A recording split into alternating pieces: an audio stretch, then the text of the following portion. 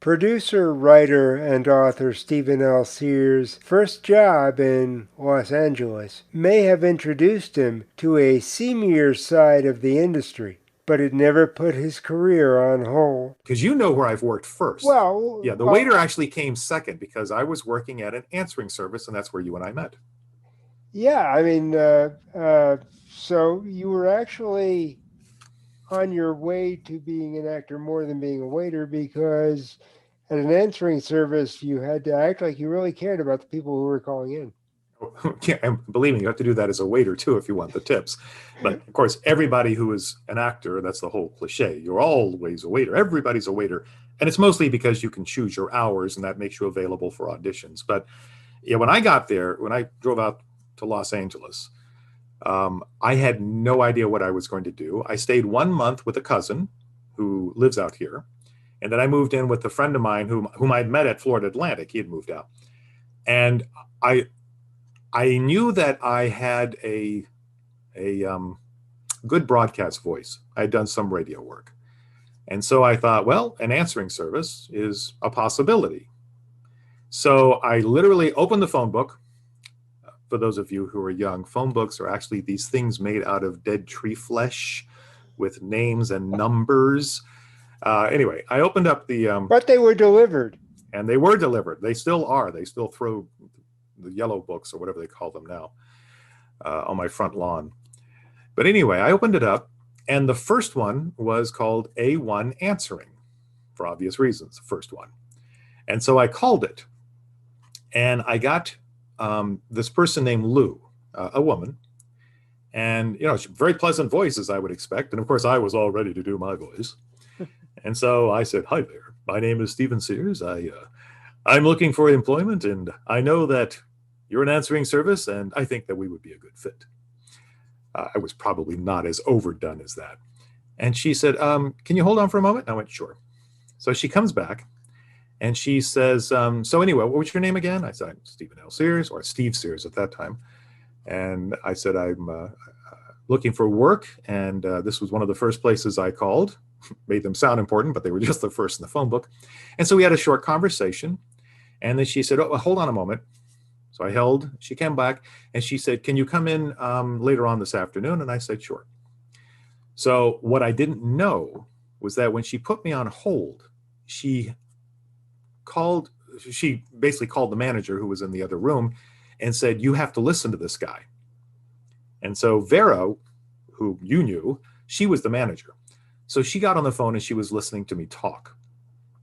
So I came down and I met Vera, and they hired me on the spot, and I ended up doing the midnight shift. I was going to say, you were smart. You did the overnight shift. Yeah. But that left your days free. That was the thing. The midnight shift allowed me to do that. And also, it was a shift nobody wanted, and I was fine with that. So between 11 p.m. and 1 a.m., it was incredibly busy because people were getting off work or coming in from the set and everything, and they were all calling in for their messages. Then from like 1 o'clock until about 6 in the morning, it was completely dead. And I had plenty of time to do things such as learn plays, do a lot of reading. I mean, anything I wanted to do, I was free to do. We had a lot of celebrities on that answering service. Donna Summer was on there. Charles Grodin, who just passed away recently, he was one of the people. Martin Cove, who is in Cobra Kai right now, he was one of the people. And I was talked to so many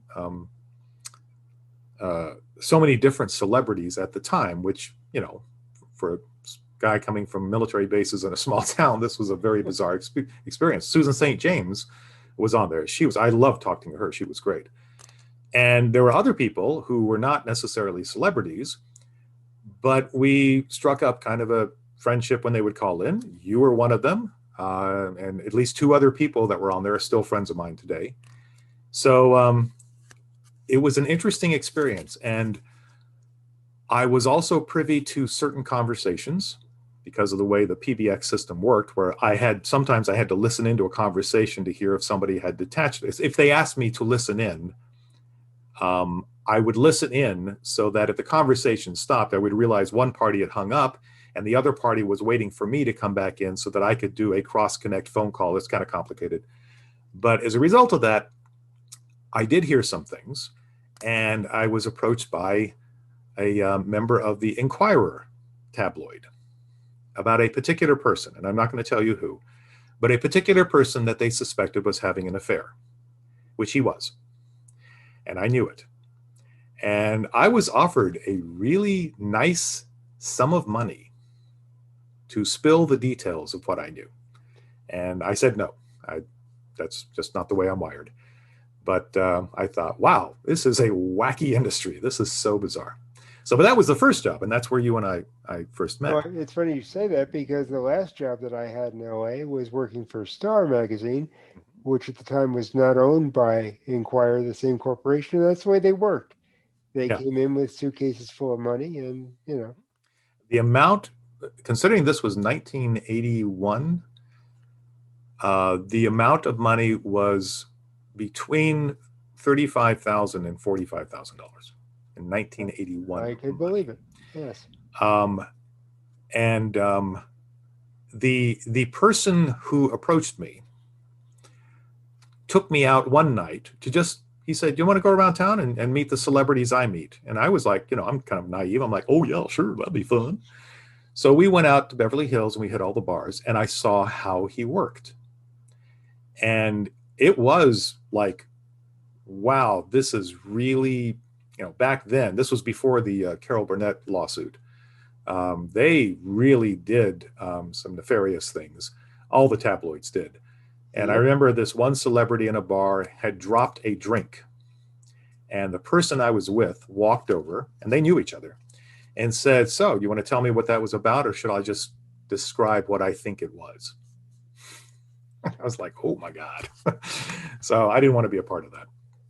Well, when I worked for the Star, I mean, the powers that be would send down a headline about a show and say, "Find the story to go with this headline." Yeah. Yeah.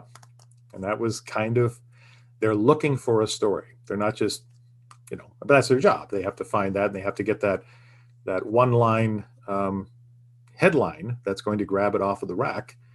And I always love the fact that nobody read the Inquirer, except that it was the largest circulation magazine at that particular time, but nobody read it. No. They literally looked at the pictures. Yeah, exactly. So that was my first experience actually there. And then I moved to being a waiter later on at Wampoppers. But I was going to say, but the place where you were a waiter was not just a restaurant. No, Wampoppers is no longer there. It was at the entrance to the Universal Studios tour. It was owned by Universal. It was a theme restaurant, and it had a Western theme to it. The idea behind it was that C.L. Wampopper was a used wagon salesman. He was kind of modeled after a particular used car salesman who was located in Orange County. Carl something, I forgot his last name. God, and his dog Spot, those commercials. Cal Worthington and his dog. It was kind of loosely based around Cal Worthington. So the idea is that C.L. Wampopper had a used wagon lot in this location, and then when automobiles were brought up, when they were popularized, the industry fell apart, and so he decided to open a restaurant. It was a restaurant that could only happen in Hollywood, but it was also the beginning of the rest of Steve's career. Find out why in the next edition of Beginnings.